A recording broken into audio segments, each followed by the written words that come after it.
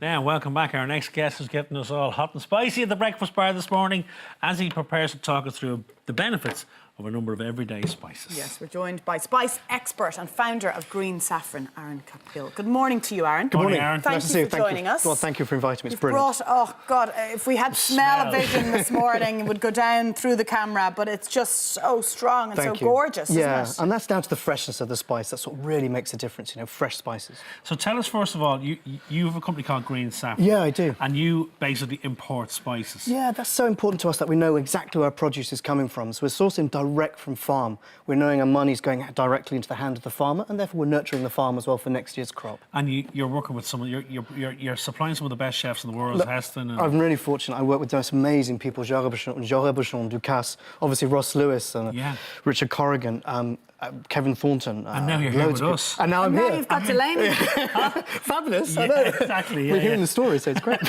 But some of these are the pioneers of food presentation. Absolutely. Heston Blumenthal, great example of someone who pushes boundaries all the time. He loves our black cardamom. Black cardamom fennel is his favourite thing. So, yeah. But they're using, these guys are using spices in ice creams and desserts. It's not just... To me, that's exactly as it should be, because spices are all about flavour. It's not necessarily about thinking of spicy food or putting them in a little box for Indian or Thai or Malay. So you're going to have to change the way we think in Ireland, because we think spices, we think curry. Yeah, but you know what? I think that will change because you're going to tell us about the health benefits. This is the whole thing. You're absolutely right. Because, look, the main thing up to me about spice is for flavour. However, look, at the moment, there's nothing necessarily particularly proven, but certainly in tradition, and there seems to be a weight of evidence that says you eat spice, and it helps you benefit. If we run through them, this man here, coriander. So this is beautiful coriander. We're getting this from a place in Rajasthan. Coriander has essential oils. Essential oils is where I kind of focus rather than the oleo resin. So essential oil, linalool. And again, the main thing about spices is to help digestion. So it has real calmative properties. And actually, when you roast these, they're like little lemon bombs. They're just little tingles in your mouth. Yeah, they pop, don't they? Absolutely. Yeah. And fresh coriander has such a lemony citrus flavour to it. It's just gorgeous. So outside of the standard stuff, what should we use this in? Because I think that's where we get stuck, isn't it? Do you know what I've been doing is popping them just into roast potatoes and getting those little hits of the lemon potato there. You can, if you have the time, you can candy them. Because back in the Edwardian days, they used to pop them on syllabubs or trifles or things like that. So a candy, again, it's almost like a lemon bonbon, you know, when you candy it. So pop it into potatoes, obviously curries, but potatoes and dressings. And then this man. Cumin. Cumin is, again, citrus, but it's more earthy citrus. So curcuminahide is the sort of main volatile oil. So now, I would use a lot of ground cumin. You see, yeah, absolutely. In rubs, if you're doing, you know, a barbecue. So you do a pestle and mortar job? What you can buy is ground cumin. Okay. Absolutely right to do. Now, if you can buy it whole and blitz it, there and then, it keeps the freshness. That's interesting. Okay, right. So you're better off buying this man and then... I would suggest it'll keep longer as well, because as soon as it's ground, it's going to start evaporating this beautiful... Yeah, exactly. So could you throw this into smoothies and things like that? Well, I wouldn't say cumin necessarily, but what you can do is with buttermilk. It works really well with buttermilk. And again, in Gujarat, they have a drink which is buttermilk, cumin and a little salt, and it's really reviving and refreshing. Really? You probably know yourself... like a lassi, is it, or something? Correct, so exactly like a lassi. It's not... There you go. There's the expert, you don't need me here. I'm on fire. And you can for lamb as well, it's great with lamb. Now, this man here, which looks like cocoa powder. It does, doesn't But it? it's definitely not. But it's definitely not, no. It's something called cassia. Now, I prefer... The smell. You might recognise that smell?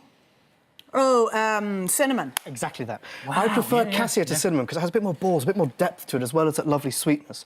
So again, you tend to use it a lot with fruits, but I would tend to use it in yoghurt marinades for red meats and those kind of things. It does smell sweeter, that one. Really sweeter, really absolutely. Sweet. But to me, that's baking. That's a baking smell. You see, and I'm trying to pull people away from necessarily just putting into fruits into baking. That's gorgeous in those things because it helps to cut down a little bit of the richness. But no, put it into meats as well. And then this man that started the whole lot, really, in terms of the West and their discovery of spices. You're absolutely right. Black pepper. Yeah, black pepper. It's India's black gold, essentially. It's indigenous to India. It's where black pepper originates from.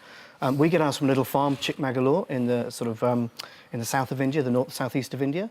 Absolutely beautiful. When it's fresh, it has sort of Parma violet, almost leathery kind of tones. It's but it's one of those spices. Well, it is the spice that we take so much for granted, and yet you watch chefs like Rick Stein when he did his tour of India. He said, "Can you imagine that spice coming back here for the first time and tasting pepper for the first time?" Yeah. It would have literally blown your mind. This is the point. And so, of course, it goes on, everyone cracks black pepper onto everything. I would tend to use it with sweets. So think autumnal fruits, like at the moment. Think plums, think figs, think the dark sort of fruits. Very good, it adds a little depth. Indeed, our Christmas pudding that we do also has the black pepper because of beautiful perfume, but the heat backs up the whiskey. So it's a way to use it. It's And not it's balancing flavours. precisely that. Now, this man, turmeric, this one's an interesting one because we're starting to see this now come in tablet form and people are taking it every day as a supplement. We're hearing wonderful the things, benefits aren't of we? this, man. We are hearing, and look, there is some science out there to starting to prove it. Is it absolutely concrete yet? No, it's not.